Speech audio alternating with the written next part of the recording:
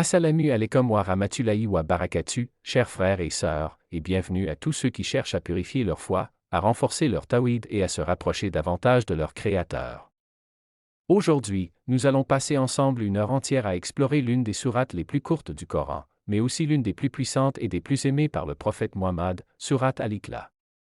Appelée également sourate At-Tawhid, Al-Aza, le fondement, ou encore As-Samad.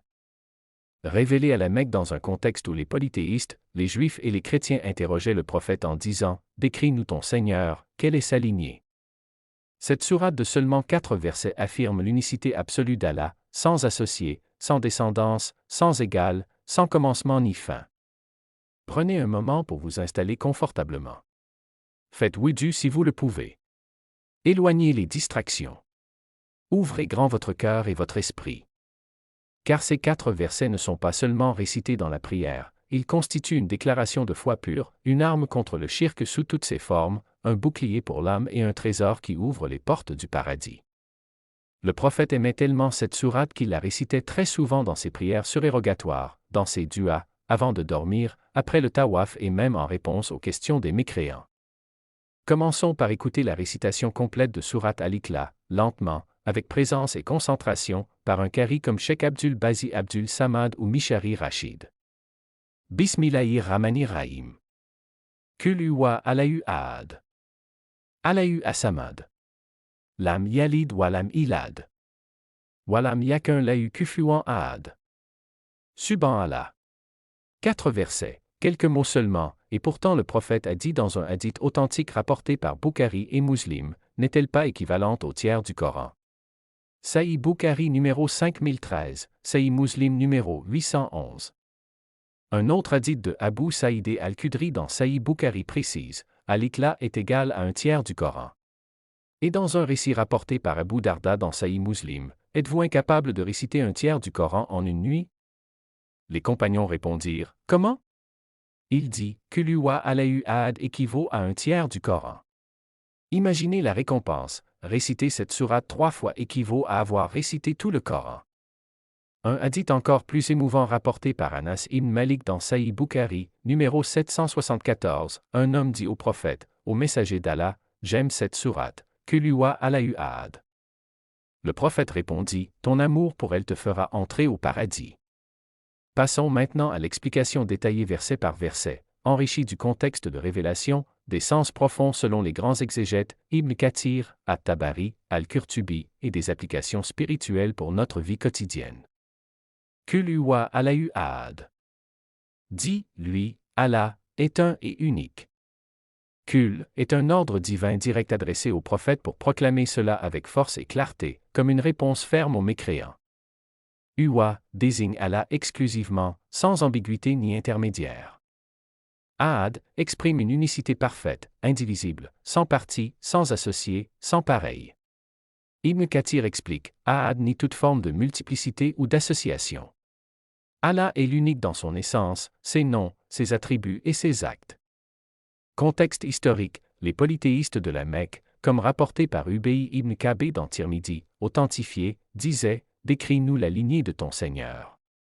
Allah répondit par cette sourate pour détruire leurs croyances païennes. Application, dans un monde rempli de distractions et d'idoles modernes, argent, célébrité, statut, ce verset nous ramène à l'essentiel, Allah est l'unique vers qui nous devons tout tourner. Allahu as-Samad. Allah, l'Éternel, l'Absolu, celui vers qui tout se tourne dans le besoin. As-Samad est un nom unique d'Allah qui n'apparaît qu'ici dans le Coran. Selon Ibn Abbas, cité par At-Tabari, As-Samad est celui qui est parfait en seigneurie, en noblesse, en puissance, celui dont tout dépend et qui ne dépend de rien. Al-Qurtubi ajoute, As-Samad est celui qui n'a pas de vide en lui, le Maître éternel qui soutient toute la création. Hadith lié, Abu Huraira rapporte que le prophète entendit un homme réciter cette sourate et dit, le paradis lui est obligatoire. Rapporté dans des versions authentifiées. Application, quand vous avez besoin de quelque chose, travail, santé, mariage, paix intérieure, tournez-vous vers As-Samad, pas vers les créatures. Lam yalid wa lam ilad. Il n'a pas engendré et n'a pas été engendré. Ce verset rejette catégoriquement l'idée que Dieu aurait un enfant, comme les chrétiens avec Jésus, ou qu'il serait né de quelqu'un, comme certaines croyances païennes. Allah est éternel, sans début ni fin, au-dessus de toute ressemblance avec la création. Ibn Kathir dit, cela nie toute filiation ou partenariat, affirmant l'absolue transcendance d'Allah. Contexte, révélé en réponse aux Juifs et chrétiens qui débattaient avec le prophète. Walam yakin lahu kufuwan ahad. Et nul n'est égal à lui, ni comparable, ni semblable. Kufuwan signifie égal, rival, pair ou semblable. Rien dans l'univers ne lui ressemble, comme Allah dit ailleurs, les Akamiti Ishaï 1, il n'y a rien qui lui ressemble 42, 11. At-Tabari explique, ce verset ferme définitivement la porte à tout anthropomorphisme ou comparaison. Application, cela combat le shirk subtil, comme idolâtrer l'argent, la beauté, le pouvoir ou les personnes. Vertu authentique et hadith supplémentaire. Équivalence au tiers du Coran, hadith de Abu Saïd al-Khudri, Bukhari numéro 5013, et Abu Darda, Muslim. Protection puissante, le prophète récitait Al-Ikhlas plus Al-Falaq plus en Nas 3 fois matin et soir, Abu Daoud 5082, Tirmidhi 3575, authentifié par Albani. Palais au paradis, Abu Huraira rapporte, quiconque récite Al-Ikhlas 10 fois, Allah lui construira un palais au paradis. Tirmidhi 2891, classé Hassan par Albani. Amour pour elle égale paradis, hadith d'Anas, Bukhari numéro 774, ton amour pour Al-Ikhlas te fera entrer au paradis. Dans le sommeil, le prophète ordonnait de réciter les 3 sourates, Ikhlas, Falaq, Nas, 3 fois avant de dormir, Bukhari numéro 5017. Dans la prière, le prophète la récitait souvent dans les raka ATS surérogatoires et après le tawaf, Tirmidhi. Hadith de Aïcha, Bukhari, un homme récitait toujours Al-Ikhlas dans ses prières. Le prophète dit, Allah l'aime pour cela. Histoire authentique. Ubay ibn Ka'b rapporte, Tirmidhi, authentifié, les idolâtres dirent au prophète, décris-nous ton Seigneur et sa lignée. Allah révéla alors surat Al-Ikhlas. Une autre narration, un homme récita uniquement Al-Ikhlas dans sa prière. Le prophète demanda pourquoi. Il répondit, elle décrit Ar-Rahman et je l'aime. Le prophète dit, informe-le qu'Allah l'aime pour cet amour. Exemple concret et application quotidienne.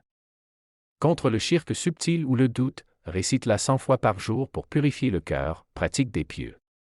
Protection matin-soir, 3 fois avec Al-Falaq et en Nas bouclier contre djinn, mauvais œil, anxiété. Avant de dormir, 3 fois pour une nuit paisible et protégée. En cas de doute ou d'angoisse, médite sur Allahu Ahad, sentiment de reliance exclusive sur Allah. Pour les enfants, enseignez-la en premier, elle protège leur foi. Dans les épreuves financières ou personnelles, récite-la en demandant à As-Samad ouverture de portes inattendues. Dawa, partager sa simplicité avec des non-musulmans, elle a converti beaucoup par sa clarté. Frères et sœurs. Surat Al-Ikhlas est une lumière pure. Elle nous rappelle notre unique but, adorer Allah seul. Action immédiate, mets la vidéo en pause. Récite Al-Ikhlas 3 fois lentement, en méditant sur chaque mot. Puis fais une doua pour que ton tawhid soit pur et que tu sois protégé du shirk. Que Allah renforce notre foi, nous pardonne nos faiblesses, accepte nos récitations et nous fasse entrer au paradis par son immense générosité. Si cette vidéo t'a touché, like, commente ton verset ou hadith préféré sur Al-Ikhlas, et partage pour la récompense. Que Allah vous protège tous. Wassalamu alaikum wa rahmatullahi wa barakatuh.